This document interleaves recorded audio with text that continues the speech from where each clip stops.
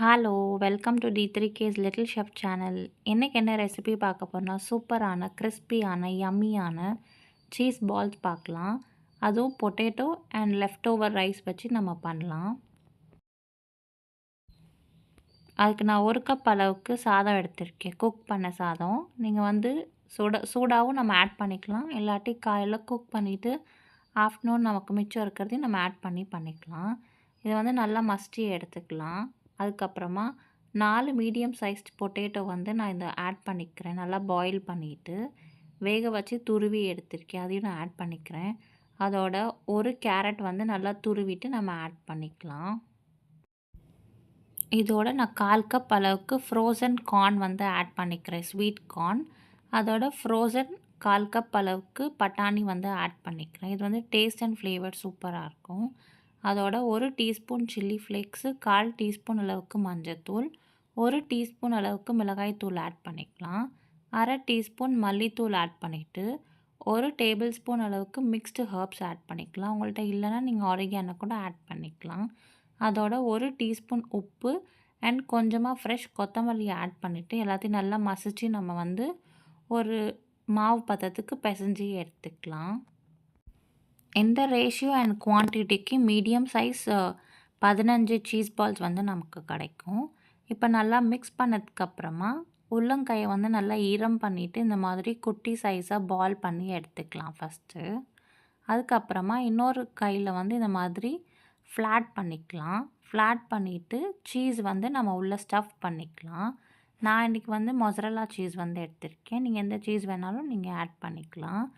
Add பண்ணிவிட்டு அப்படியே அந்த பொட்டேட்டோ அண்ட் ரைஸ் மிக்ஸ்சர் இருக்கு இல்லையா, அதை அப்படியே ஜென்டிலாக ப்ரெஸ் பண்ணி ஒரு உருண்டை மாதிரி நம்ம ஷேப் பண்ணி எடுத்துக்கலாம். கை வந்து ஈரமோ இல்லாட்டி எண்ணெய் தடவிட்டு பண்ணுங்கள். ஸோ நமக்கு கையில் வந்து ஒட்டாமல் கிடைக்கும் இந்த மாதிரி. நான் திருப்பியும் பண்ணி காட்டுறேன். இது ரொம்ப சிம்பிள் அண்ட் ஈஸியான ப்ராசஸ் தான். இதோட நீங்கள் வந்து பன்னீர் கூட நம்ம கிரேட் பண்ணி ஆட் பண்ணிக்கலாம். டேஸ்ட்டு சூப்பராக இருக்கும். பட் நான் இன்றைக்கி வந்து just potato and left over rice வச்சு பண்ணுறேன். டேஸ்ட் வந்து சூப்பராக இருக்கும். இதை உங்கள் கிட்ஸ்க்கு நீங்கள் பிரேக் பாக்ஸ்க்கு கொடுக்கலாம். ஆர் ஈவினிங் ஸ்நாக்குக்கு இது ஒரு சூப்பரான ஸ்நாக் ரெசிபியாகவும் இருக்கும். அடுத்து ஒரு ஸ்லரி பண்ணிக்கலாம். அதுக்கு வந்து 1/2 கப் அளவுக்கு மைதா மாவு அண்ட் 2 டேபிள் ஸ்பூன் அளவுக்கு கார்ன்ஃப்ளவர் ஆட் பண்ணிக்கலாம். அதோட 1 டீஸ்பூன் அளவுக்கு மிளகுத்தூள், 1/2 டீஸ்பூன் அளவுக்கு மிக்ஸ்டு ஹர்ப்ஸ் வந்து ஆட் பண்ணிக்கலாம் ஃப்ளேவருக்காக.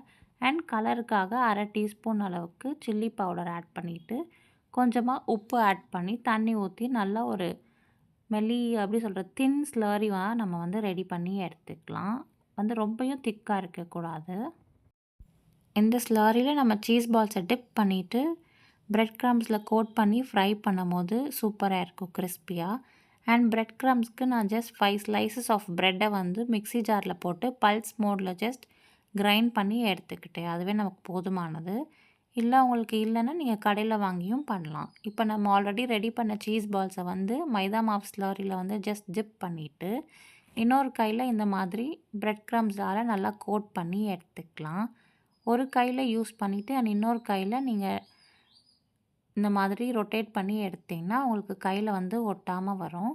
அண்ட் எக்ஸஸான பிரெட் க்ரம்ஸ் எல்லாத்தையும் இந்த மாதிரி டஸ்ட் பண்ணிவிட்டு ஒரு பிளேட்டில் வந்து எல்லாத்தையும் ட்ரான்ஸ்ஃபர் பண்ணி வச்சுக்கலாம். இந்த சீஸ் பால்ஸை நீங்கள் ரெடி பண்ணிவிட்டு ஒரு ஜிப்லாக் பேக்கோ இல்லை பாக்ஸ்லேயோ போட்டு நீங்கள் ஃப்ரீஸ் பண்ணிவிட்டு எப்போல்லாம் வேணுமோ நீங்கள் அப்போல்லாம் டீப் ஃப்ரை பண்ணி கூட சர்வ் பண்ணிக்கலாம். இப்போ எண்ணெய் வந்து மிதமான சூட்டில் இருக்குது. இப்போ நம்ம ஆல்ரெடி ரெடி பண்ண சீஸ் பால்ஸ் 1 பை 1 நம்ம ட்ராப் பண்ணிக்கலாம். ட்ராப் பண்ணும்போது கையில் எண்ணெய் தெறிக்காமல் பார்த்துக்கோங்க.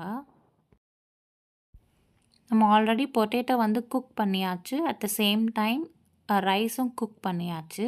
So light golden brown colour வர வரைக்கும் நம்ம மீடியம் ஃப்ளேமில் வச்சுட்டு இன் பிட்வீன் நல்லா ஃப்ளிப் பண்ணி நம்ம குக் பண்ணி எடுத்துக்கலாம்.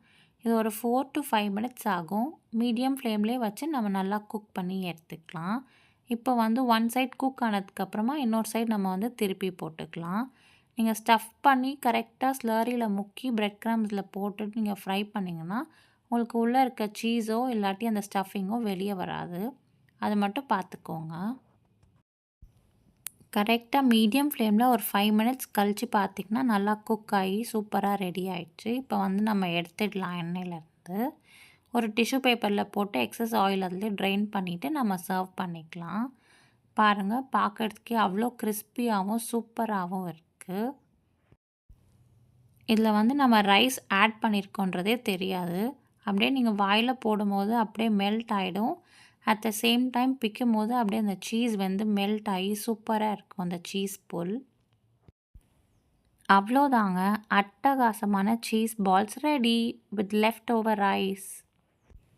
சீஸ் எல்லாம் நல்லா மெல்ட் ஆகி நம்ம பிக்கும்போது இது ரைஸில் பண்ணோன்னு யாராலையுமே சொல்ல முடியாது. அவ்வளோ சூப்பராகவும் அந்த சீஸ் புல்லும் செமையாக இருக்குது.